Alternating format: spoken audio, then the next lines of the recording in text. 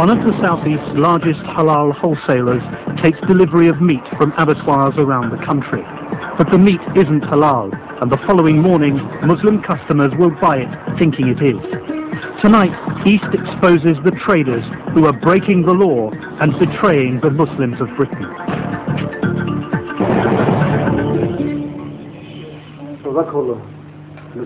The Ahmed family of Small Heath in Birmingham sit down at sunset to break the Ramadan fast.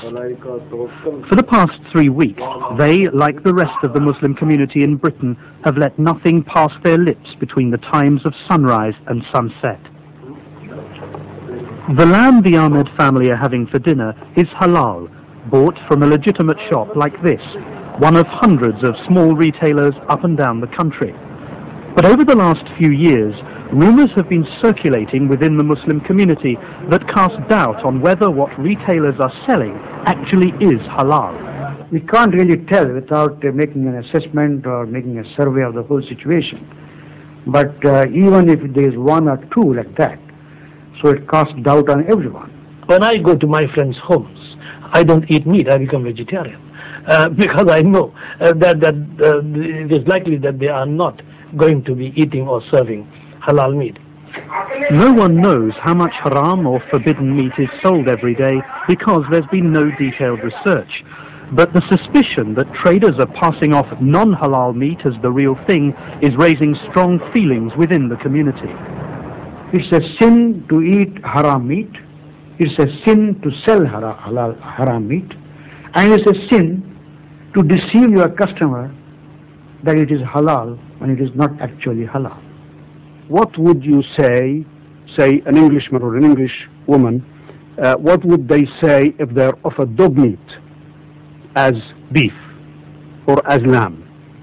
Certainly such a person would be horrified. And that's precisely the sort of feeling that a Muslim would have if offered non-halal meat as halal. Halal is more a process than a product. Once it's been slaughtered, it is indistinguishable from other types of meat.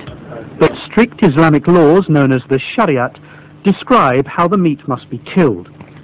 Instructions on halal slaughter are known as al-dab.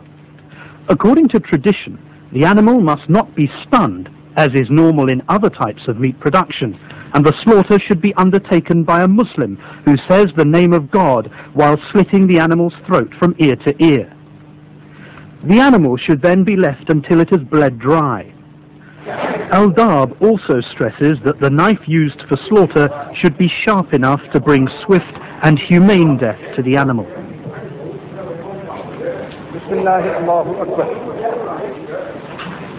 Because it's impossible to tell the difference between halal meat and non-halal meat, greater trust is placed in those who produce it. The Birmingham Halal Group is the oldest and largest of a handful of Muslim-owned abattoirs in the country. Formed 40 years ago, they processed 1 million sheep last year. But they've got stiff competition, and not only from other Muslim abattoirs. Under Ministry of Agriculture guidelines, any of the 434 abattoirs in England are allowed to produce halal, providing they meet the religious requirements and use a licensed Muslim slaughterman. But some retailers are wary of non-Muslim owned abattoirs.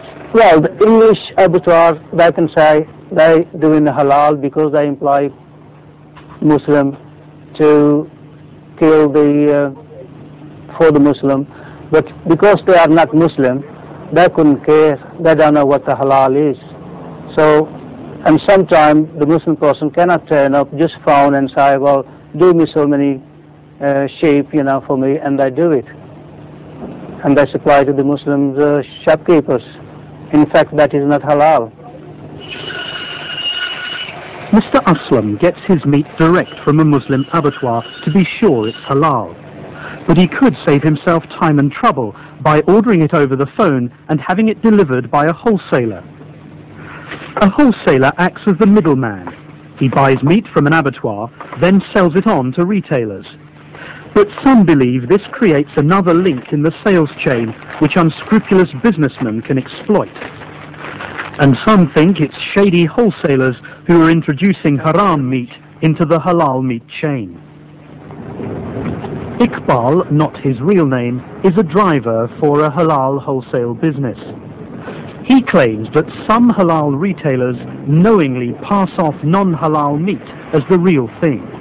I have worked for a company in the past and have been told by halal meat shops and a couple of halal restaurants to go to Smithfield Market and pick up certain cuts of goods, and what they would do is they would give me the money and say, you know, keep £10, £20, whatever for yourself, and just bring us these goods. And if I would ask them, why don't you go and do it yourself, they would just say to me, no, we can't be bothered to go down there, or we don't want to be seen down there, or something like that, just to hide the fact that they're buying haram meat.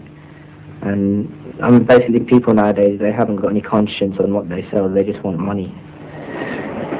Profit is what leads unscrupulous traders to buy non-halal meat. Commercial production of halal is a specialized field, earning the handful of Muslim-owned abattoirs around the country well over £20 million a year. But the process is more time-consuming and costly than production of non-halal meat. Despite the rumors, no one has ever managed to accumulate proof that an illegal trade in non-halal meat takes place. Because the halal meat industry is unregulated and unchecked for religious authenticity, one local authority is so concerned that they started their own initiative last month. Officers have gone along to sort of shops, okay, advised them that, you know, if they're selling halal, if they're supposed to be selling halal meat, they should be selling halal meat, okay? And they've actually asked people to show invoices. Strictly speaking, you know, that's not within our powers, but we've asked for that because thinking that people who are reputable will be quite willing to provide the invoice themselves, okay, and will be quite willing to help with that. People who are not will make excuses, whatever, right? And then we can sort of look at ways in which we can investigate that further. Abbas Chowdhury and his colleagues have not to date got the evidence they need to prosecute any traders in their borough. We're normally used to in trading standards where we can actually get products and have them examined by a particular sort of analyst, whatever, who will give us statements to say that, well, this product is not halal. It's not the same because obviously there's no difference in terms of halal and non-halal meat. Another local authority has gathered evidence and is prosecuting a local meat supplier.